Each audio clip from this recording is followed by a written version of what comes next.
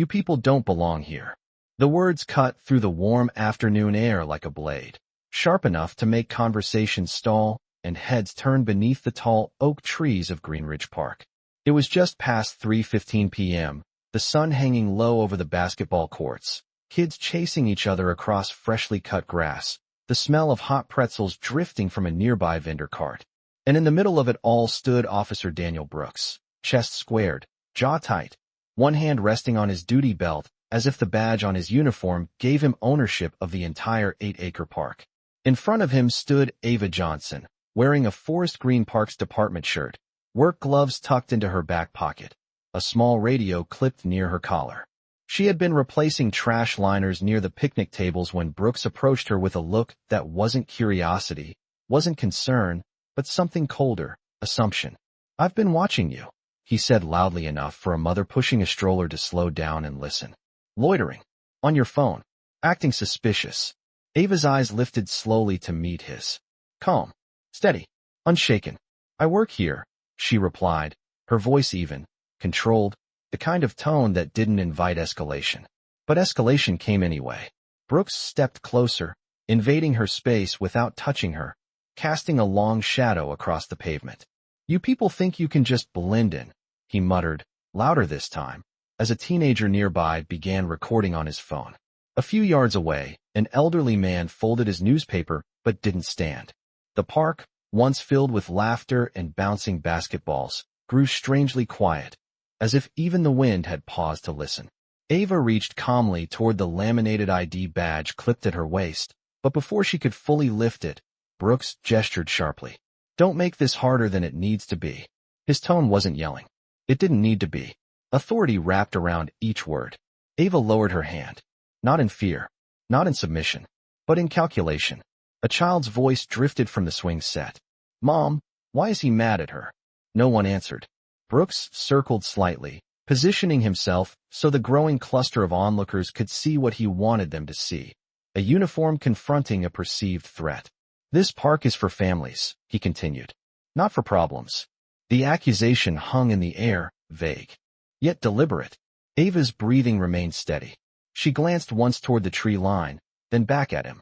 "Officer," she said quietly, "are you sure you want to do this?" He gave a short, humorless laugh. "I'm very sure."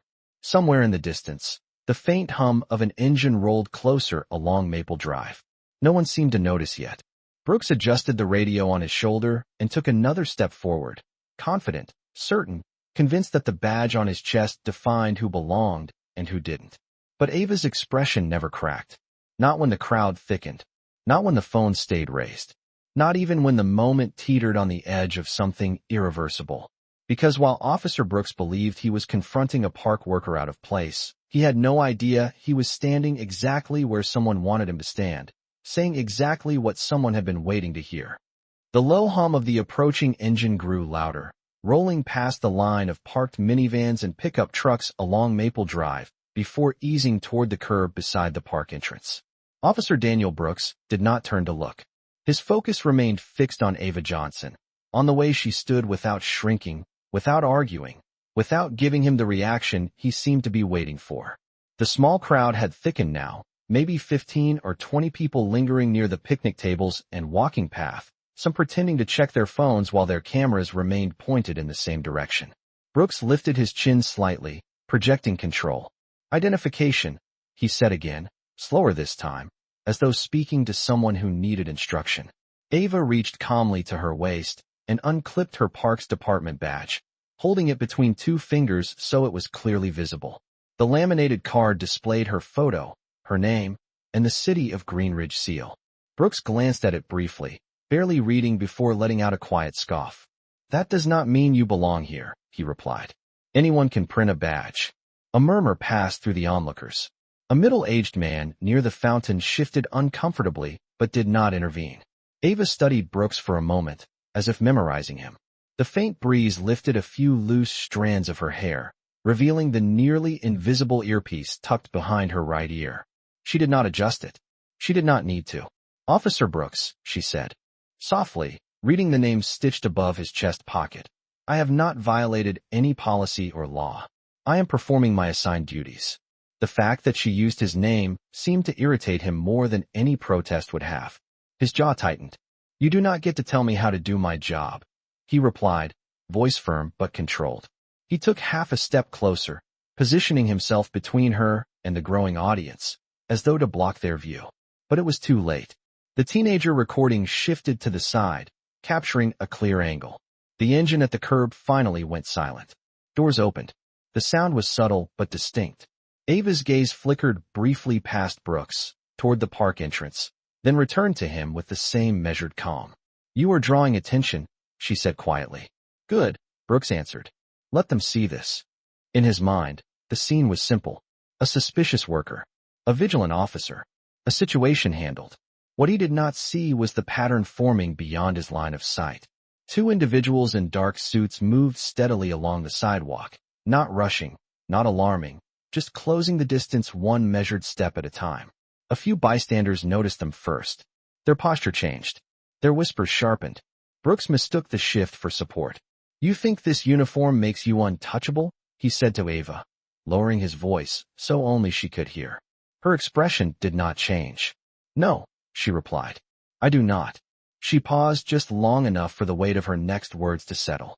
"But I know exactly what it represents." The footsteps stopped behind him. A calm voice spoke, clear and authoritative, carrying across the park without a shout.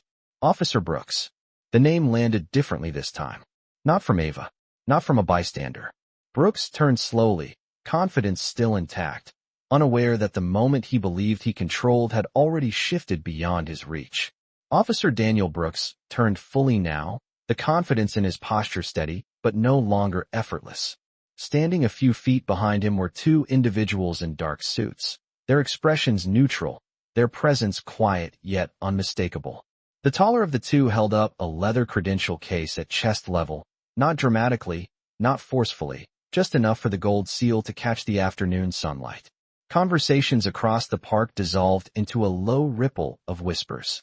Brooks glanced at the badge, then at the man holding it, his brow tightening slightly. "Is there a problem?" he asked, attempting to keep his tone authoritative. The man did not raise his voice. "Federal Bureau of Investigation," he said calmly. "We need a moment." The words settled over the scene like a sudden drop in temperature. Brooks gave a short, incredulous laugh. "This is a local matter," he replied. "City Park. Routine check." The second agent shifted her gaze toward Ava Johnson, offering the smallest nod of acknowledgement. It was subtle, almost invisible to anyone not looking for it. Ava remained where she stood, hands relaxed at her sides, posture composed. She did not look surprised. She did not look relieved. She looked prepared. "Officer Brooks," the taller agent continued evenly, "this is not routine."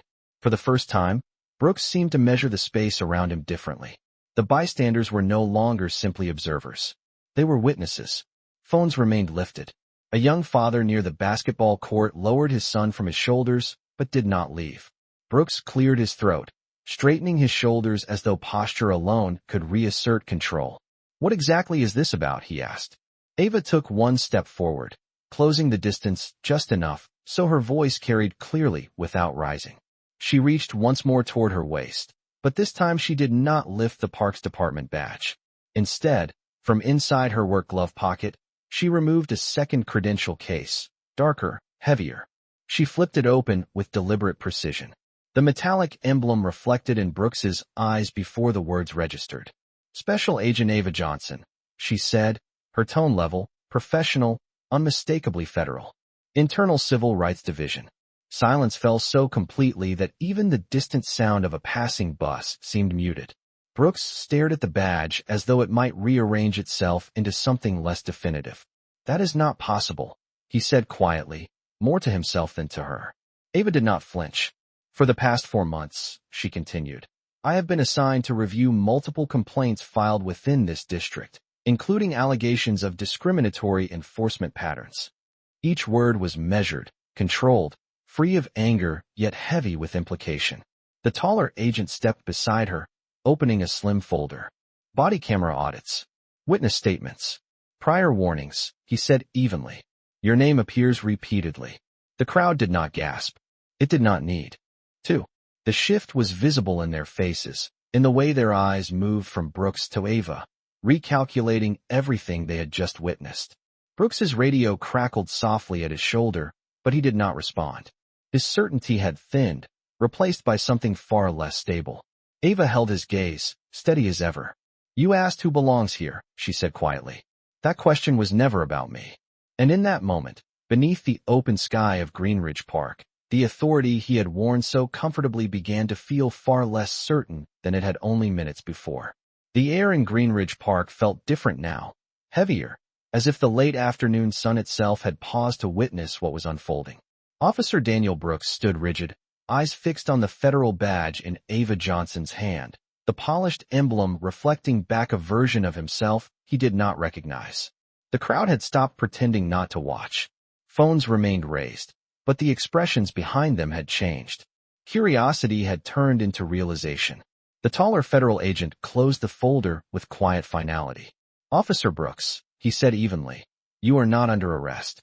However, effective immediately, you are required to step back from this interaction and await further instruction from your department supervisor." The words were calm, procedural, yet unmistakably authoritative. Brooks swallowed, the movement visible in his throat. "This is unnecessary," he said, attempting to steady his voice. "I was conducting a standard field inquiry." Ava did not raise her voice. She did not need to. "Standard inquiries do not begin with assumptions," she replied, "and they do not escalate based on appearance." The sentence landed softly but carried weight. A woman near the fountain nodded almost imperceptibly. A child's laughter resumed faintly near the swings, hesitant at first, as though the park itself was testing whether it was safe to breathe again. Brooks shifted his stance, glancing at the surrounding faces. For the first time, he seemed aware that the uniform on his shoulders was not shielding him from scrutiny. It was placing him under it. His radio crackled once more, a dispatcher requesting status. He hesitated before responding, then finally pressed the button. "Situation is under review," he said carefully. The phrasing sounded unfamiliar even to him. Ava stepped forward one measured pace, maintaining professional distance. "Multiple complaints have described a pattern," she continued, her tone steady, factual. "Disproportionate stops, selective enforcement, language inconsistent with departmental standards." She did not accuse. She recited. Each word felt documented, archived, verified. The second agent observed Brooks closely, noting every reaction. "This interaction," he added, "will be included in our findings." A faint breeze carried the scent of cut grass through the tension. Brooks looked around again, perhaps searching for validation, for someone to confirm that he had been right. But the silence offered none. The authority he had relied upon minutes earlier now felt conditional, dependent on something deeper than fabric and metal. Ava closed her credential case with deliberate calm and returned it to her pocket. Her Parks Department badge remained visible at her waist, simple and ordinary. "This park belongs to the community," she said quietly. "Every member of it." The statement was not dramatic. It was measured. Brooks exhaled slowly, the certainty in his posture fading into something more human, more uncertain. In the distance, the federal vehicle remained parked at the curb, engine off, doors closed, patient. The agents had not raised their voices. They had not needed to. Accountability had arrived without force, without spectacle. And as the late afternoon sun dipped lower over Greenridge Park, one truth stood clearer than any badge ever could. Authority without integrity does not stand for long. The crowd did not disperse immediately. Instead, it lingered in a quiet semicircle, as though everyone understood they were witnessing something larger than a single exchange in a public park. The late afternoon light stretched long shadows across the pavement, turning ordinary details into sharp outlines. Officer Daniel Brooks stood a few feet from Ava Johnson, no longer attempting to control the narrative, no longer directing the scene. His shoulders, once squared with certainty, now carried the weight of observation. A patrol supervisor's vehicle rolled slowly into the lot, tires crunching over loose gravel before coming to a stop near the entrance. The city emblem on the door felt suddenly significant. Brooks noticed it. Of course he did. He had worn that emblem with pride for 12 years. The taller federal agent stepped slightly aside as the supervisor approached, offering a brief nod of professional acknowledgement. "What is going on here?"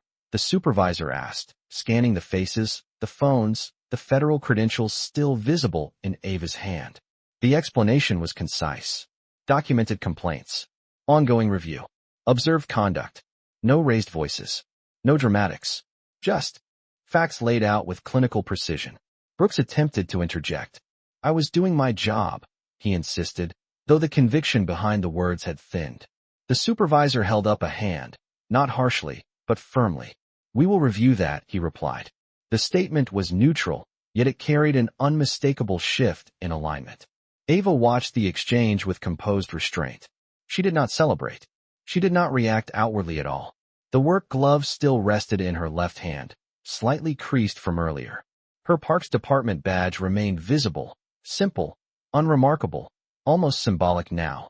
A reminder that dignity does not announce itself. It simply stands. The federal agent reopened the slim folder and handed a sealed envelope to the supervisor. Preliminary findings, he said evenly. Additional documentation will follow. Brooks looked from the envelope to Ava, then back to the gathering crowd. Some of the bystanders had lowered their phones, but none had left. The story was no longer about confrontation. It was about accountability. The supervisor turned toward Brooks with measured calm. Officer, I need you to return to your vehicle and await further instruction, he said. There was no accusation in his tone, only procedure. Brooks hesitated for a fraction of a second before nodding stiffly. As he walked toward his cruiser, the sound of his boots against the pavement echoed louder than before, not because it was louder, but because the park was listening. Ava exhaled slowly, almost imperceptibly. The tension that had wrapped around the space began to loosen. Children resumed their games. A dog barked in the distance. Life, interrupted, cautiously continued. The supervisor turned to Ava. Thank you for your cooperation, he said quietly. She offered a small nod. The community deserves clarity, she replied. The federal agents stepped back toward their vehicle, their role complete for the moment. No sirens. No spectacle. Just the steady arrival of consequence. And as the sun dipped lower beyond the trees, one realization settled across Greenridge Park like the evening light itself. Power can command attention, but integrity commands respect. Officer Daniel Brooks sat inside his patrol car with the engine off, hands resting on the steering wheel, as if he were still waiting for a call that would explain everything away. The late afternoon sunlight filtered through the windshield, casting long bars of light across the dashboard. Outside, Greenridge Park had begun to return to its rhythm. Children's laughter slowly rebuilt its courage. A basketball bounced in steady intervals. Conversations resumed in softer tones, but they did not drift far from what had just happened. Brooks stared ahead, replaying the last 15 minutes in fragments. The words he had spoken, the certainty in his voice, the federal badge flashing in the light. For years, the uniform had felt like clarity. Black and white. Law and order. Belonging and not belonging. Now the lines felt less defined. His radio remained silent. No urgent dispatch. No immediate defense of his actions. Just space. Across the lot, Ava Johnson stood near the picnic tables speaking quietly with the supervisor and the two federal agents. Her posture remained composed, shoulders relaxed, expression steady. She was no longer simply blending into the park. She stood within it, fully visible, fully present. A few bystanders approached her hesitantly, not with excitement, but with gratitude. A woman in her 40s, who had been holding a stroller earlier, paused long enough to say, "Thank you." Ava responded with a small nod. No speech. No performance. Just acknowledgement. The supervisor returned toward the patrol car after several minutes, stopping beside Brooks's window. Brooks lowered it halfway. The air that entered felt cooler than before. You will be placed on administrative leave pending review, the supervisor said evenly. Standard procedure. The words were not accusatory. They were procedural, almost clinical. Brooks inhaled slowly. I was maintaining order, he replied, though the sentence sounded rehearsed even to himself. The supervisor held his gaze. Maintaining order requires judgment, he said quietly. And judgment requires awareness. There was no anger in his tone, only gravity. Brooks nodded once, a minimal acknowledgement that the conversation was no longer his to steer. The supervisor stepped back, giving space. Inside the car, Brooks removed his hands from the wheel and looked down at the badge pinned to his chest. It was polished, Familiar, heavy in a way it had never felt before. Authority, he realized, had never been about volume or presence. It had been about responsibility. Outside, Ava glanced briefly toward the patrol vehicle. Not triumph, not resentment, just a calm recognition that the moment had reached its natural conclusion. The federal agents returned to their vehicle, doors closing softly. The supervisor walked back toward the park entrance, envelope in hand. Brooks remained seated for several seconds longer before finally reaching up and unpinning the badge from his uniform. He did not throw it. He did not slam the door. He simply placed it on the dashboard, staring at it as the sun dipped lower beyond the trees. In the quiet of that parked cruiser, one truth settled in with undeniable clarity. A badge can command attention, but character determines whether that attention becomes respect or regret. The sky above Greenridge Park shifted into deeper shades of amber and blue as the evening settled in, and with it came a quiet clarity that had not been there before. Officer Daniel Brooks stepped out of his patrol car at last, the badge still resting on the dashboard behind him. Without the familiar weight on his chest, the uniform felt different, almost incomplete. He closed the car door gently, the sound muted against the distant laughter of children who had fully returned to their games. Life had moved forward. It always did. Across the grass, Ava Johnson stood near the walking path, speaking softly with the final federal agent before he entered the vehicle. The black sport utility vehicle pulled away without urgency, blending into the flow of early evening traffic along Maple Drive. There were no flashing lights. No spectacle. Just departure. Brooks watched from a distance, unsure whether to approach or remain where he was. For a moment, he considered leaving without another word. But something in the stillness of the park held him there. Ava turned and noticed him standing alone beside his cruiser. Their eyes met again, not as adversaries now, but as two people standing inside the consequences of a single afternoon. Brooks took a measured step forward, then another. He stopped several feet away, maintaining respectful distance. "Agent Johnson," he said, the title deliberate this time. The wind carried the faint scent of fresh cut grass between them. Ava regarded him calmly. "Officer Brooks." The formality remained, but the edge was gone. Brooks inhaled, searching for language that felt honest rather than defensive. "I believed I was protecting this place," he said slowly. "I did not realize I was narrowing it." The admission was not dramatic. It was quiet, almost reluctant, but real. Ava studied him for a moment before responding. "Protection without understanding becomes exclusion," she said evenly. "And exclusion erodes trust." The words were not meant to wound. They were meant to clarify. Around them, families packed up picnic blankets. A father lifted a cooler into the back of his truck. A jogger passed along the paved path, earbuds in, unaware of the transformation that had taken place hours earlier. Brooks nodded once. "I never thought about it that way," he admitted. Ava's gaze softened, not in forgiveness, but in recognition of growth that might still be possible. "Thinking about it now is where it starts," she replied. Silence followed, not uncomfortable, just reflective. The sun dipped below the tree line, casting long shadows that stretched and merged across the park. Brooks glanced back at his patrol car, then returned his focus to Ava. "I have work to do," he said quietly. Ava gave a small nod. "So does the system," she answered. The statement carried neither blame nor triumph, only truth. As Brooks turned to retrieve his badge from the dashboard, he paused, looking at it one more time before holding it in his hand. It no longer felt like a symbol of control. It felt like a reminder of responsibility. And as the first evening lights flickered on around Greenridge Park, one lesson lingered in the cooling air. Belonging is not determined by who wears authority, but by who upholds justice when no one else is watching. Evening settled fully over Greenridge Park, and the glow of streetlights began to replace the fading sunlight, casting soft halos across the walking paths. The air felt cooler now, carrying a quiet stillness that often follows a storm, even when no rain has fallen. Officer Daniel Brooks stood beside his patrol car, badge in hand, turning it over slowly as if examining it for the first time. The metal caught the amber light, reflecting a surface that looked unchanged, yet felt entirely different. A few remaining families gathered their belongings, folding lawn chairs and brushing grass from blankets. Life was winding down, but the weight of the afternoon lingered in the air. Ava Johnson remained near the park entrance, finishing a brief conversation with the supervisor before he departed. When she finally began walking toward the maintenance shed at the far end of the park, her pace was unhurried, deliberate. She passed Brooks without stopping at first, the distance between them measured not in feet, but in reflection. Then she paused. "The review will take time," she said calmly, her voice steady in the evening. "Quiet." Brooks nodded. "Eyes still on the badge." "I understand," he replied. There was no resistance left in his tone, only acceptance. Ava looked out across the park where children's laughter had faded into soft echoes. "This community watches more than we realize," she continued.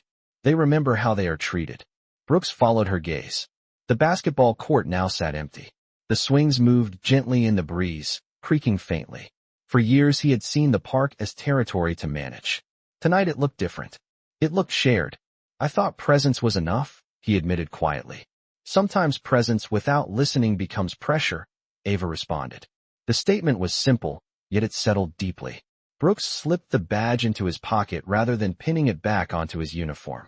The gesture was subtle but symbolic. Authority, he was beginning to understand, was not restored by metal or fabric. It was rebuilt through awareness.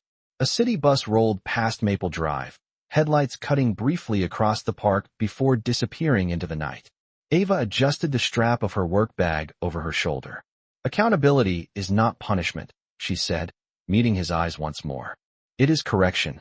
Brooks exhaled slowly, the breath visible in the cooling air.